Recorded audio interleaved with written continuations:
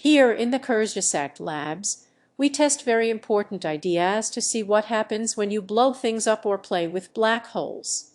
Many of you suggested that we look into an idea that sounds reasonable: shooting nuclear waste into space.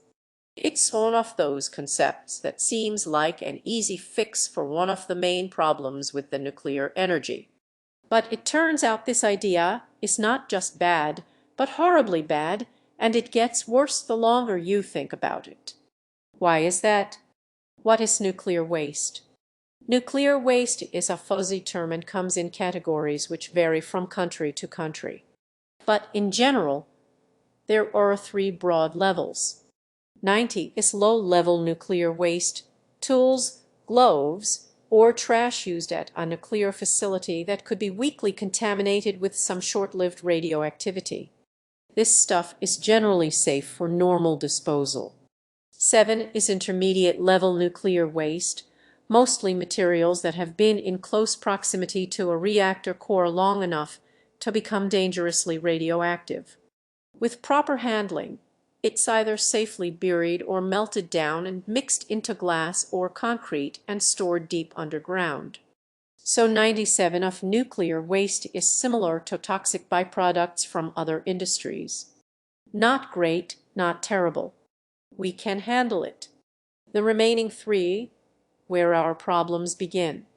High-level nuclear waste is very concentrated spent fuel taken out of a reactor core. Formerly uranium, it's now made of various dangerous and often highly radioactive elements. As a bonus, it's also incredibly hot and not easy to handle at all. This is what we want to shoot into space. All in all, around 440 active nuclear reactors create about 11,000 tons of high-level nuclear waste each year. Since 1954, we've accumulated 400,000 tons of dangerous radioactive waste. Most countries are dealing with it by not dealing with it and kicking the can towards the future. Great, so let's launch it into space. According to scientists, space is big and nobody lives there, so it seems perfect for yeeting away this mess. There are a few tiny problems, though. Even though spaceflight is getting more affordable, it's still extremely expensive. Just to get something into low Earth orbit costs on average about $4,000 per kilogram. Putting that into perspective, it costs about $1,600 to mine, separate and fabricate 1 kilogram of nuclear fuel. So launching waste into space has suddenly made nuclear fuel for reactors way more expensive and greatly increased the cost of the electricity they produce. To launch one reactor's worth of nuclear waste would cost at least $100 million per year. To deal with all the 440 operational nuclear power plants, high-level nuclear waste would cost some $44 billion per year for space launch before packaging, transport, and security costs are added. Okay, let's pretend we don't care. Currently, we could just shoot all the nuclear waste into space even if we wanted to. There just aren't enough rockets. In 2021, we saw a record 135 launches into space. If we repurposed each of those rockets and filled them all with nuclear waste, the total amount that could be lifted into a low Earth orbit, which is the closest orbit above the atmosphere, is nearly 800 tons. We'd need at least 14 times more rockets to handle just today's nuclear waste, let alone get rid of the hundreds of thousands of tons in temporary storage. We would need to create entire new space industries to keep up with that demand for giant, toxic space trash trucks. And it gets worse. Problem 2, space is hard. We only made the calculation for low Earth orbit, where we send most of our rockets and satellites. Littering the space around Earth with thousands of casts of spent nuclear fuel would be a nightmare for space junk management and satellite collision avoidance. Worse still, at this altitude, there's still a little bit of atmosphere causing a tiny bit of drag. So we might have nuclear waste raining down from space within just a few years. Experts would call this a huge problem. Clearly, we have to launch our waste further. If we wanted to send it to, perhaps the moon, we either need way more rockets, or we need to build much bigger ones, making it even more expensive. A single Saturn, the rocket used by the Apollo program, which cost around $1.5 billion adjusted for inflation per launch, could get about 43.5 tons from the Earth to the moon. So we'd need about 260 Saturn rocket launches every year. And, of course, using the moon as target practice for nuclear waste-tipped rockets kind of makes a huge mess. So maybe don't aim for anything. Space is empty. Do we really need a target? Shooting waste in any random direction is, you guessed it, also a bad idea. Orbits are loops, which means they have a tendency to come back to where they started.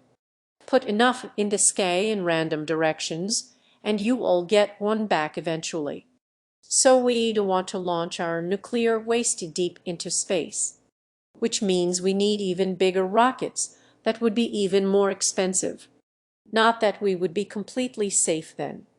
Earth might run into these interplanetary caskets at some time in the far future, and experience a pretty meteor shower made from radioactive dust. Oh, how about we shoot it into the sun? We shoot it into how about to the we shoot the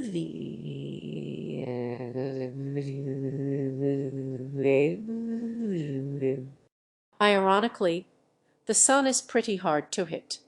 While the sun has very strong gravity, everything on Earth is moving with respect to the sun, including the rockets that we launch, meaning a rocket would have to cancel out all the orbital motion it has around the sun, so it can stop orbiting and fall in. Because of this, it's actually easier to launch a rocket entirely out of the solar system than it is to launch it into the sun. Then it is to launch it into this to the time. But to do either of these things, we need even bigger rockets. Probably the biggest we've ever built. Nothing works. The thing is, it gets even worse. Problem 3. Rockets go brr. Rocket engineering has taken huge steps since the Apollo era. We've made them relatively safe. We've mostly replaced the toxic explosive cancer fuels of the past decades with much saner mixes of liquid oxygen and hydrogen or kerosene. And hydrogen or saner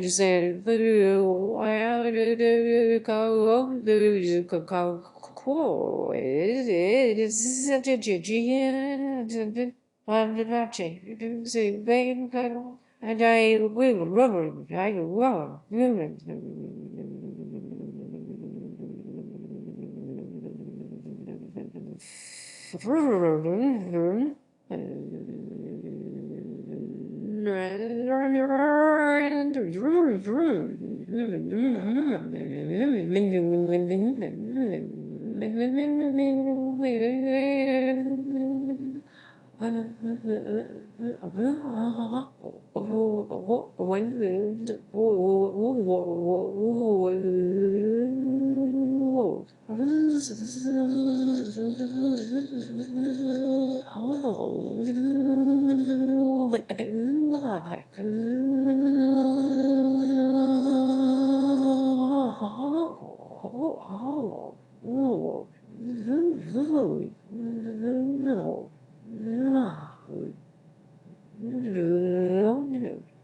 The newest designs even land themselves so that they can be reused. And yet, out of the 146 launches in 2021, there were 11 failures, which means that a sizable number of our rockets carrying high-level radioactive waste would be exploding on the launch pad or, in the worst case, disassembling at high altitude, or crashing from hypersonic speeds. Each failure would be at least equivalent to a mini Chernobyl. But instead of being contained under a slab of concrete spread throughout the atmosphere, radioactive particles could make their way to faraway places by riding on the winds. Most would fall into the ocean, but some would land on the inhabited parts of the world. They could cover farmlands and get concentrated into our food or enter our water supply, which is, well, bad. Imagine regular large-scale nuclear disasters happening. People wouldn't be happy. Conclusion and opinion part. Nuclear waste is scary, but the fear of it and horrible ideas like shooting it into space reveals how bad we err at understanding risk. Because the largest amounts of radioactive elements like uranium and radon are actually released by coal. Burning millions of tons of coal each year leaves ash as a waste product that includes about 36,000 tons of radioactive materials. Less radioactive than high-level nuclear waste, but there's also a lot more of it, and it's handled way less carefully. Some of this ash is caught by filters, but most is simply pushed back into leaky mines, shoved into piles exposed to the wind, or poured into ponds that regularly spill into rivers and lakes. Living within 1.6 kilometers of an ash pile increases your cancer risk up to 2,000 times over the acceptable limit. And this is on top of other toxic chemicals like heavy metals and, of course, their massive CO2 emissions. And yet, while nuclear energy is flawed and its current form may only be a transitory technology, nuclear power plants are a harder sell than coal. Nuclear waste and the lack of willingness to deal with it are a real issue. It's not insurmountable, though. There are good methods to handle it, like burying it deep underground or reprocessing some of it into new fuel. But however we ultimately deal with this issue, we hope one thing is clear. Shooting nuclear waste into space is one of the worst ideas ever. Researching this crazy thing, conducting all of these important tests, and, of course, creating this video took us around 2,000 hours, which is insane for a YouTube video. And we couldn't do it without you. If you like what you just saw, you can continue your science journey with one of our products. They read true pieces of Kurzgesagt you can take home and touch. And they read the best way to support this channel, like our limited edition human era calendar that will bring you a whole year of joy. Learn more about the world with our carefully researched infographic posters. Get our habit and gratitude journals to improve your life with science, or update your wardrobe with our new hoodie editions. If your room is in need of a literal glow-up, get one of these posters. We've also got notebooks, plushies, mugs, and more, all designed with love and produced with care by us at Kurzgesagt. And if you sign up to our newsletter, we'll keep you up to date on everything happening in the Kurzgesagt universe. Thank you so much for your support.